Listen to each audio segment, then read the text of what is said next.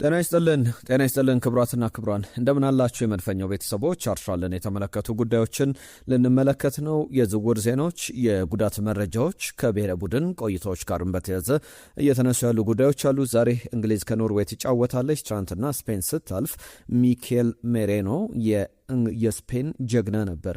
ለስፔን ብሔራዊ ቡድን ባለፉት ሁለት ጨዋታዎች ወደ ግማሽ ፍጻሜም ስታልፍ ወደ ሩብ ፍጻሜም ስታልፍ የነበረው ድል በሙሉ የሱ ነበር። አሁን ግማሽ ፍጻሜ ላይ ስፔን ከፈረንሳይ ተገናኝተዋል። ስለዚህ ስለ ሚኬል ሜሬኖ የዓለም ዋንጫ ቆይታም ጥቂት ነጥቦችን፣ ስለ አባቱም ትውስታዎችን እናነሳለን። ሌሎች አጫጭር ጉዳዮችን የእናንተን መልእክቶችንም የምናነሳበት ቆይታችን ተጀምሯል። ሀሳብ አስተያየቶቻችሁን ጻፉልን። በምናነሳቸው ጉዳዮች ላይ የሚኬል ሜሬኖን ተሳትፎ እንዴት አያችሁት? እናንተ የምታስታውሱትን ግብ እስቲ ጻፉልን። አርሰናል ያስቆጠራቸው አሁን በስፔን ብሔራዊ ቡድን 9 ቁጥር ሆኗል ማለት ይቻላል።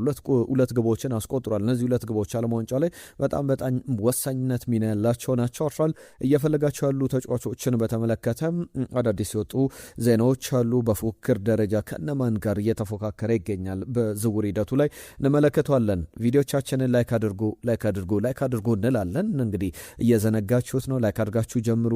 ብዙ ሰው ጋር መድረስ አለበት። በቀጥታ ወደ ጉዳዮቻችን እንለፍ። ሰብስክራይብ፣ ሼር፣ ላይክ አድርጉ።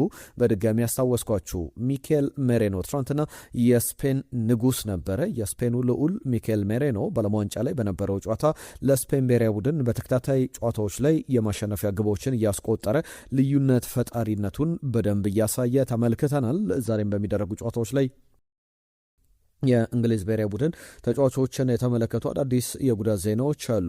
ትናንትና ካሊፎርኒያ ሶፊ ስቴዲየም ላይ የነበረው ጨዋታ ሚኬል ሜሬኖ ባለፈው ከፖርቹጋል ጋር ተቀይሮ ከገባ በ7 ደቂቃዎች ልዩነት ነበር ግብ ያስቆጠረው። ትናንትና ግን 2 ደቂቃ እንኳን አልሞላውም። 117ኛ ሰከንድ ላይ ወደ ሜዳ ተቀይሮ በገባ 117 ሰከንድ ላይ ግብ አስቆጥሯል። ከዚህ በፊት ዩሮ ላይ ወደ ስፔን ወደ ፍጻሜ በምትጓዙበት ጉዞ ጀርመን ላይ የማሸነፊያ ግብ አስቆጥሮ የአባቱን ሴሌብሬሽን አባቱ በጨፈሩበት አባቱ ሴሌብሬት ባደረጉበት ስቴዲየም ላይ ሴሌብሬት አድርጎ ነበረ። ሚጌል ሜሬኖ ይባላሉ። ሚጌል ሜሬኖ አባቱ በስፔን ብሔራዊ ቡድን በስፔን እግር ኳስ ላይ በጣም ስመጥር ገናና ናቸውና በአባቱ መንገድ አሁን በትልቅ ደረጃ የስፔን ብሔራዊ ቡድን በደንብ እየወከለ ይገኛል። 30 ዓመት ሆኖ ወይም ከዛ በላይ ሆኖ ተቀይሮ ገብቶ በዓለም ዋንጫ ላይ በሁለት ተከታታይ ጨዋታዎች ላይ ግብ ያስቆጠረ የመጀመሪያው ተጫዋች ሆኗል። 30 ዓመቱን ካለፋቸው ተጫዋቾች መካከል እንደዚህ አይነት ታሪክ ያለው ተጫዋች የለም። ተቀይሮ ገብቶ በሁለት ተከታታይ ጨዋታዎች ላይ ያንን ማድረግ ችሏልና የቢግ ጌም ተጫዋች እንደሆነ የቢግ ታይም አስፈላጊ የመተንፈሻ ሰዓት ባጡበት ሰዓት ላይ ለስፔኖች በተከታታይ ጨዋታዎች ላይ እየደረሰ አዳኝ እንግዲህ አትራፊያቸው ሆኖ ተመልክተናል። ዘንድሮ ብቻ አይደለም አርሰናል አጥቂ ባልነበረበት ሰዓት ላይ የ9 ቁጥር ሚና ሲጫወት ነበር።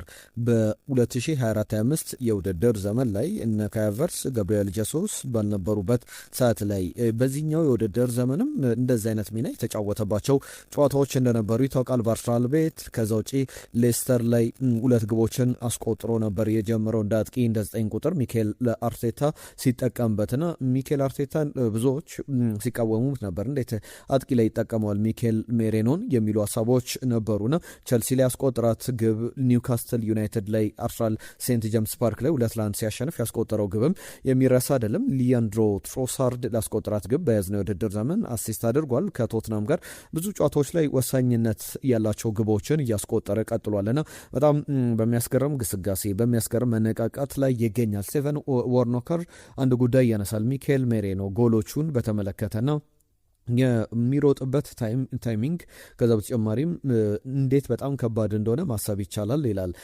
አንደርስታንድ የሚያደርግበት መንገድ አሁን ለምሳሌ ኳሱ ድሮፕ ሲደረግ የት እንደሚነጥር ወዴት እንደሚሄድ በዛ እርጋታ በዛ ኮምፖዠር ያንን ነገር መለየት ነው። በሰዓቱ መገኘት እዛ ቦታ ላይ የሚገርም ነውና አንድ ነገር ሰምቻለሁ ከሚኬል አርቴታ ጋር በተያዘና እንደ ሴንተር ፎርዋርድ እሱን ለመጠቀም በጣም እምነት እንዳለው ብዙ በአርሰናል ሰዎች በኩል ሲነገር እሰማለሁ ይላል። ቢቢሲ ላይ ትናንትና በጨዋታው ወቅት ሲያነሳ የተመለከትኩት መረጃ ነው። ሚኬል ሜሬኖ ፕሮባብሊ ምናልባት በጣም ኢምፓክትፉል በጣም ሱፐር ሰብ ሆኖ በዓለም ዋንጫ ላይ እየተመለከት ነው እንገኛለን። ስፔን ዋንጫውን የምታሸንፍ ከሆነ ስፔን ካሏት ሱፐር ስታሮችን በበለጠ ለስፔን ጉዞ ትልቅ ሚና የነበረው ተጫዋች ነው። አሁንም ያንን እያሳየ ቀጥሏል የሚል ሀሳቡን ያነሳል። በቀጣይ ጊዜያትም ስለ ስፔን ብሔራዊ ቡድን ስለ ሚካኤል ሜሬኖም ብዙ መናገር ይቻላል።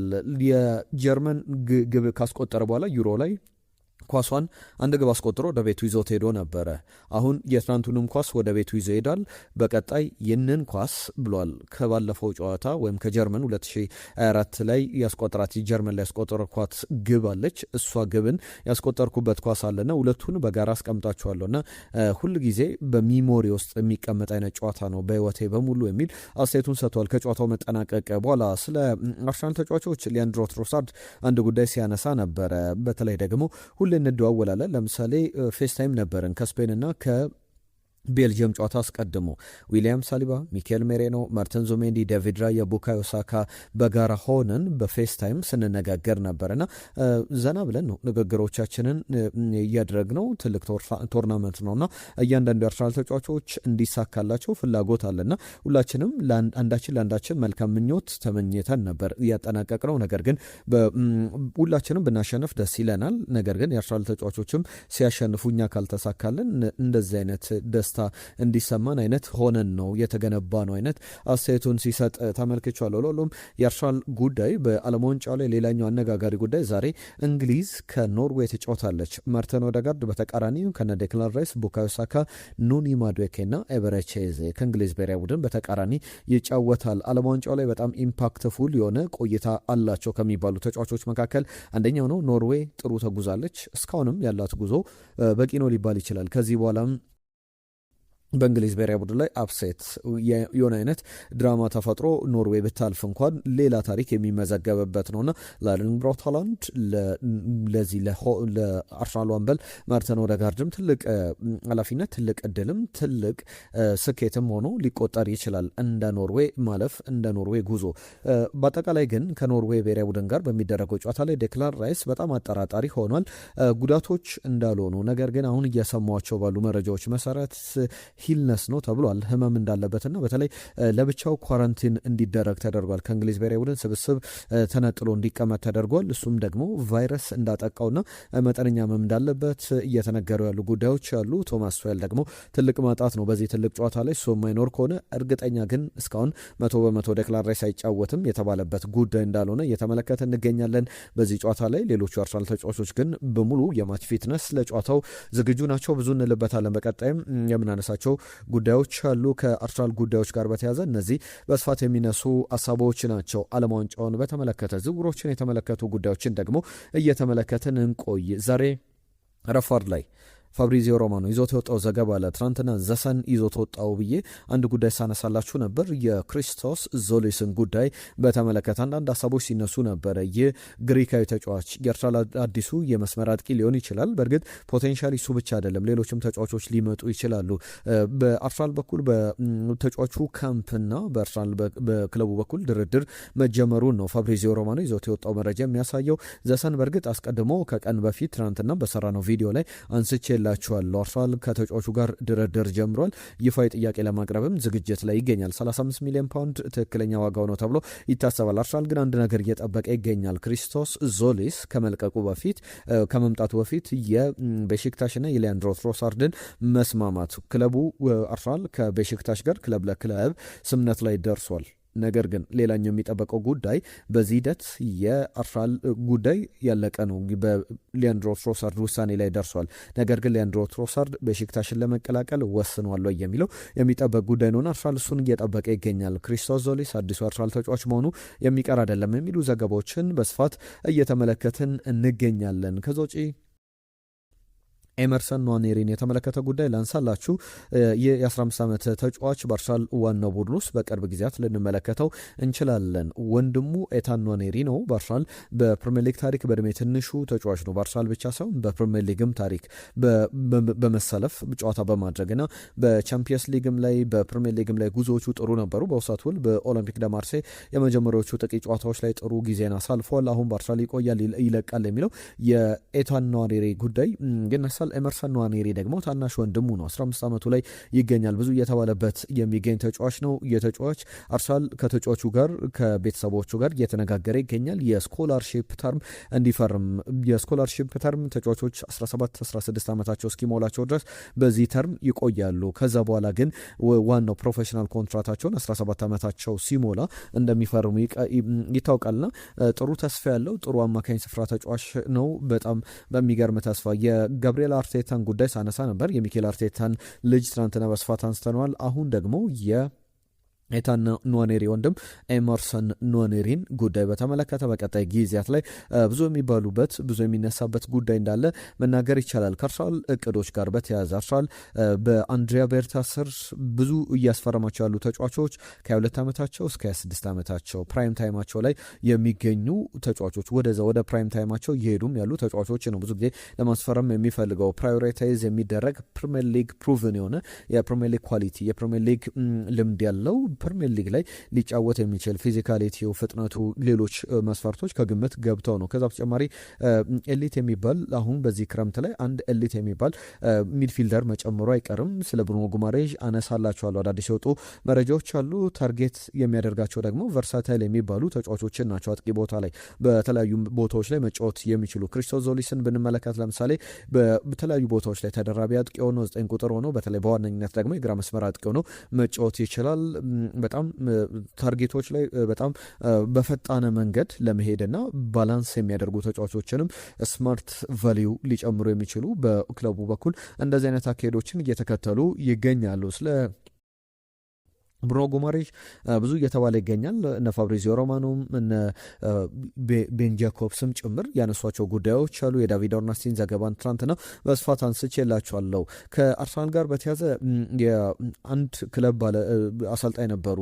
የአትሌቲኮ ፓራናይስ የብራዚሉ ክለብ አሰልጣኝ ቲያጎ ኑኔዝ ይባላሉና በአንድ ወቅት ብሩኖ ጉማሬዥን ስለማስፈረም ኤዱ ጋስፐር አነጋግሮ ነበር። 2020 አካባቢ ነውና ስለ ተጫዋቹ አንዳንድ ባሪዎች ጠይቆ ነበረ።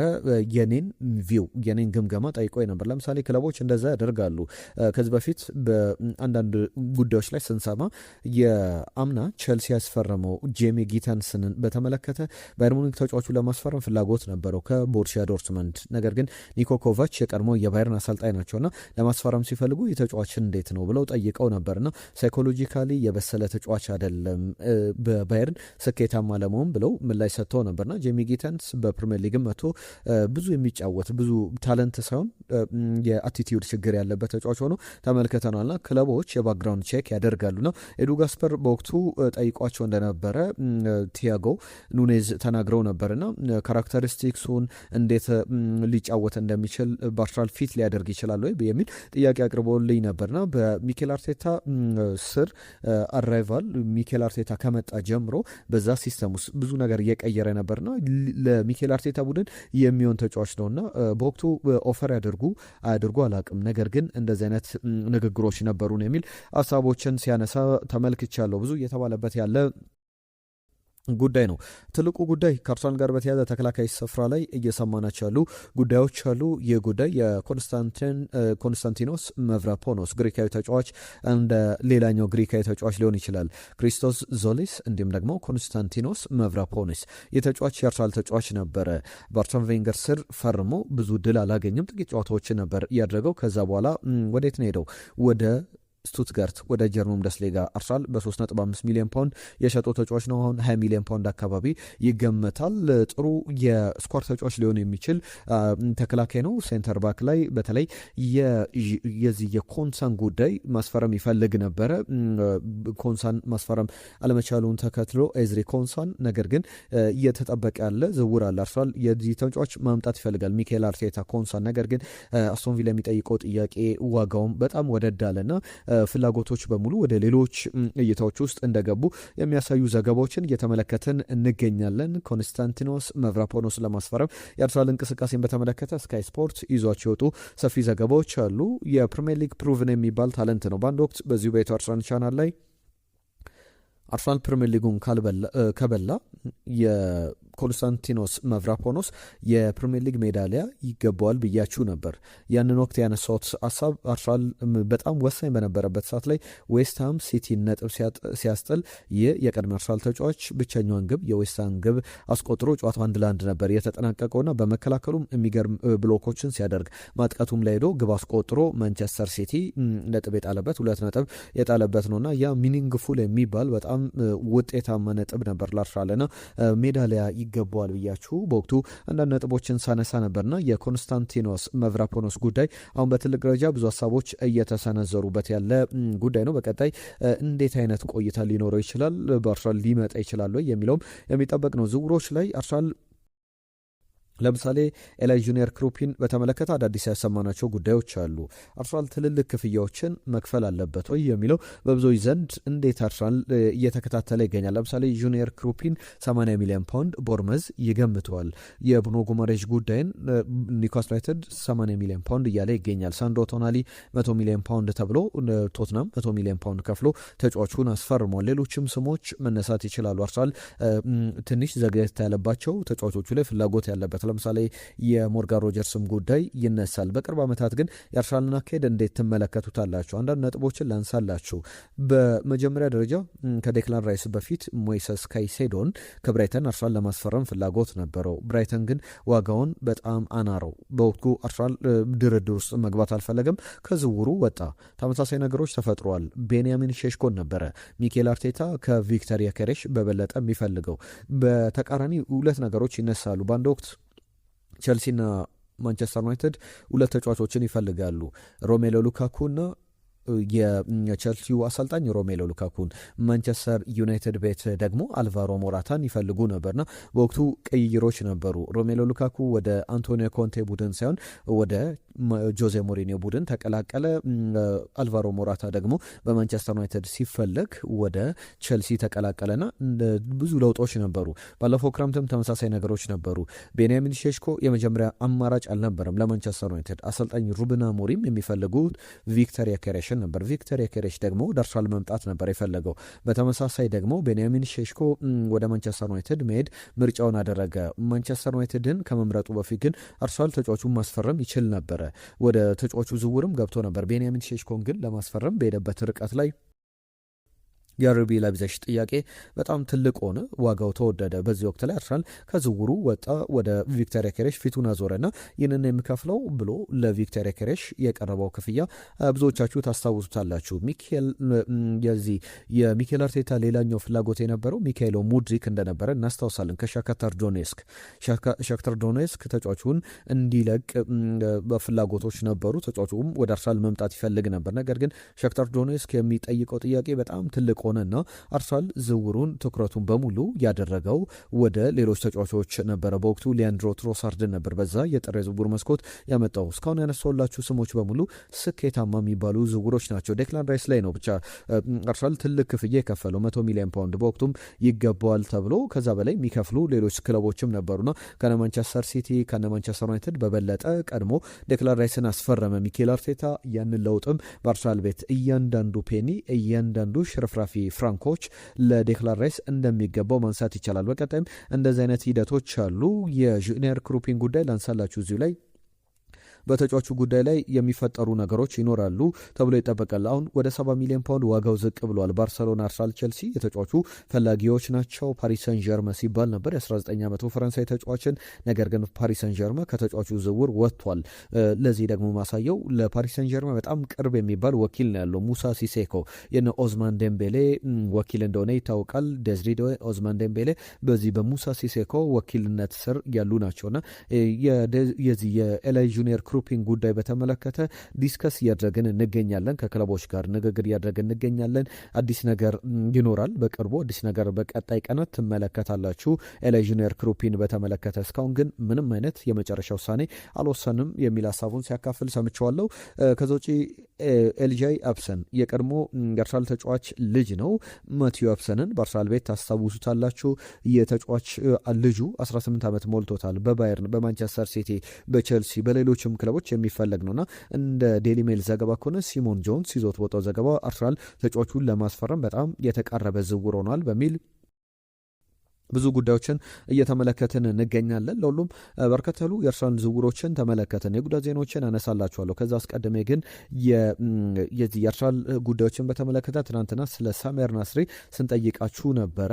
መልእክቶቻችሁም መተውልናል። አንዳንድ ጉዳዮችን እያነሳው ልቆይ ከእናንተ ጋር የመጨረሻ መልእክቶቻችሁን ላስተናገድ። ታምሬ አዝልቄ የአርሰናል ዝውውር ሂደት እጅግ በጣም አሰልቺ፣ ድፍረት የጎደለው የፈለገውን አሳልፎ የሚሰጥ በመሆኑ ደጋፊዎች በጣም እየሰለቸ ነው ብሏል።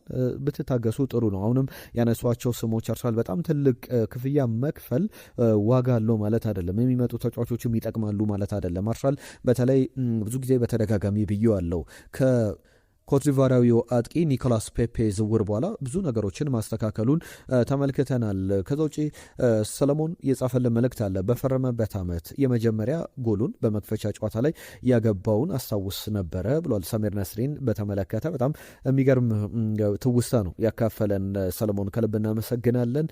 ከዛ ውጪ ኤድመን ፈቀደ ሻሻ ያገባቸው ጎሎች ላይ ማንቸስተር ዩናይትድ ላይ ማለት ነው በአንድ ጨዋታ ቫንደርሰንን አንበርክኮ ያስቆጠረውም ግብ አይረሳኝም ብሏል። ሌላም ጨዋታ ላይ 1-0 አርሰናል ሲያሸንፍ ማንቸስተር ዩናይትድን ብቸኛውን ግብ አስቆጥሮ ተመልክተኗል። ሳሜር ናስሪ አጨፋፈሩ፣ ደስታ አገላለጹ በሙሉ ሁሌም የሚታወስ ነው። ቢኒ ባና ናስሪን በጣም የምወደው ተጫዋች ነው። በተለይ ማንቸስተር ዩናይትድ ላይ ፉልሃምን ላይ ያስቆጠራቸው ግቦች ይታወሱኛል ብለዋል። ዳግማዊ የጻፈልን ሀሳብ አለ። ዳግማዊ ቴዎድሮስ ሰሞኑን መቼም ክለቤ ሁሉ አማራጭ ሆኗል ብለዋል። አርሰናልን በተመለከተ ባዩና በኮኔ መካከል እንደ እውነተኛ ፍላጎት ኖሮት አርሰናል ለማምጣት ከፈለገ ግን እኔ የትኛውም ዋጋ ተከፍሎበት ማኑ ኮኔ ቢመጣ ደስ ይለኛል። አጫወቱን ሳየው ቶማስ ፓርቴን ይመስለኛል። ሲከላከል፣ ኳስ ሲነጥቅ፣ ኳስ ሲቀበል፣ ባጭር በረጅም ኳሶች ሲያቀብል ያለው እይታ፣ ሜዳ ላይ ደግሞ ነፃነቱ፣ ኢላማቸውን የጠበቁ ግብ ሊሆኑ የሚችሉ ኳሶችን ከርቀት የሚፈጥርበት እድል፣ የአየር ላይ ኳሶች ሲገጭ የአንድ ለአንድ ግንኙነቶች በበላይነት የሚወጣበት መንገድ በጣም በሳል የሆነ ትንተናን የሰጠን ዳግማዊ ቴዎድሮስ ከልብ እናመሰግናለን። ስለ ማኑ ኮኔ አርሰናል በጣም ሊያስፈርመው ይገባል። ማኑ ኮኔ ወደ አርሰናል ቢመጣ ባይነኝ። ሁለቱም ቢያስፈርምና ቢመጣ በተለይ ደግሞ ብሩኖ ጉማሬዥ ቀርቶ ማኑ ኮኔና አዩብ ቡዋዴ ቢመጡ ጥሩ ናቸው። ቡዋዴ ገና መብሰል ይቀረዋል። በአሁኑ ሰዓት ለፕሪሚየር ሊግ የሚመጥን አይመስለኝም። አሁን ልጁ ያለበት እድሜ ለወደፊቱ ታስቦ ካልሆነ በስተቀር ብሎናል። በተረፈ እናመሰግናለን ብሏል። እኛም በጣም በጣም ከልብ እናመሰግናለን። በጣም በሳል አስተያየት ነው የጻፍክልን። የሱፍ ሙሐመድ ቶትናም ላይ ቫምፔርሲን አሲስት አድርጎለት ያገባው ጎል አይረሳኝም ብሏል። ስለ ሳሜር ናስሪ ትውስታችሁን ስለምታካፍሉን ሁላችሁንም ከልብ እናመሰግናለን። አህመድ ከጅቡቲ ቡዋዴን ከዚህ ከማኑ ኮኔ አየውት። ኮኖ 25 ዓመቱ ነው፣ ለዛም ቶሎ መላመድ ይችላል። ቡዋዴ ግን ጊዜ ያስፈልገዋል ባይነኝና ኦዴጋርድም መቆየት አለበት። እሱ ሙሉ ጤነኛ ከሆነ በጣም ልዩነት ፈጣሪ ይሆናል የሚል ሀሳቡን አካፍሎናል። እንዳለ ወልደ ማርያም ክህደቱን ብቻ ነው የማስታውሰው ስለ ሳሜር ናስሪ ብለዋል። ለክህደቱም ደግሞ የእጁን አግኝቷል። ስንት ማስታወስ ያለብን ተጫዋቾች አሉ፣ ለምሳሌ እነ ቶማስ ሮዝስኪን ብለዋል። ሁላችሁንም ስለ ጻፋችሁ መልእክት ከልብ እናመሰግናለን። አንድ የጉዳት ዜና ላንሳላችሁ፣ ወይም ደግሞ በጉዳት ዜና ላይ የጁሪን ቲምበር መመለስ ጉዳይ በማርቤ ላይ ይገኛል። ጁሪን ቲምበር በዛ ኤሊት የሚባል የዚህ የሪሃቢሊቴሽን የሪከቨሪ ቦታ አለና ሪከቨሪውን በደንብ እየሰራ ይገኛል። በቻምፒየንስ ሊግ ፋይናል ላይ 54 ደቂቃዎችን ተጫውቷል። በጣም ክሩሻል የሚባል ተጫዋች እንደሆነ ይታወቃል። አርሰናል አሁንም በፕሪሲዝን ቶሎ ለመመለስ የማገገም ስራዎች ላይ እንዳለ እየተመለከትን እንገኛለን። የመጀመሪያዎቹ ጨዋታዎች ግን ሊያልፉት ይችላሉ የሚሉ እምነቶች አሉ። ለሁሉም የአርሰናልን ጉዳዮች እነዚህን ይመስላሉ። ለሰጣችሁን ጊዜ፣ ለሀሳብ ለአስተያየቶቻችሁ ከልብ እናመሰግናለን። ነገም በአዳዲስ ጉዳዮች እንመለሳለን። ቆይታችሁንን እንደወደዳችሁት ተስፋ እናደርጋለን። ጤና ይስጥልን ብለናል።